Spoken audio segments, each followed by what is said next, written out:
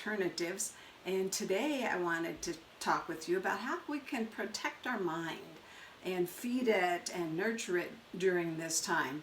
Because let me tell you, the fear of the unknown can drive people crazy. And feeding off of the news coverage and how many people have died and what are we going to be doing during the quarantine, all of that stuff. When we focus on that, then it's just going to drag us down. So I'm encouraging you just to check in for 3 minutes a day. You can get the latest updates, see if there's anything that you need to do and know. That's plenty of time.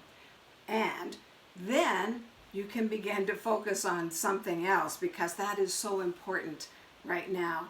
The fear of the unknown, we're trying to control what we don't know, and all of that mental energy will just produce more adrenaline and cortisol, which is going to cause some major problems in our brain, can cause depression and anxiety. So you don't want to do that. So I wanted to talk with you today about, instead of focusing on the what ifs, as people tend to do, and that part we can't control, remember, but let's talk about, instead of the what ifs, what is instead.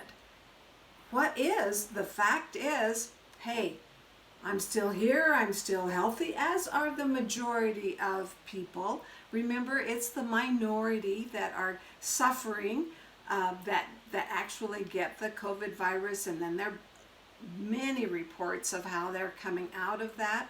And so we don't want to minimize what they are going through, and we are certainly taking all of the precautions, but you do want to be grateful for what is. So if you are healthy, be grateful for that. If you are working from home right now, hey, it may be an inconvenience, but be grateful for that. And if all of these things are happening and you still have toilet paper, hello, there's something for you to be grateful about. That's what is, and as you focus on that. So I want to encourage you today. Here, that's point number one. Instead of worrying about the what ifs and what you don't know and what you can't control, then focus on what is. And that's your part of the world that you can control. You can control your reactions and your responses.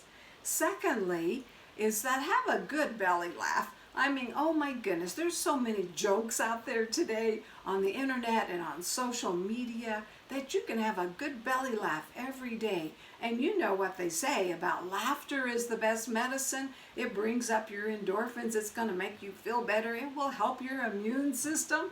So have a good laugh every day. The third thing that you can do is to learn something new. Now, some of us, we've had to do that because we've had to do that. I had to learn how to use Zoom. I'm doing more YouTube. I'm doing more online things. I'm doing Facebook Live. I'm doing all of these things that I wasn't as comfortable with before. But you know what it does? It keeps your focus on learning something new.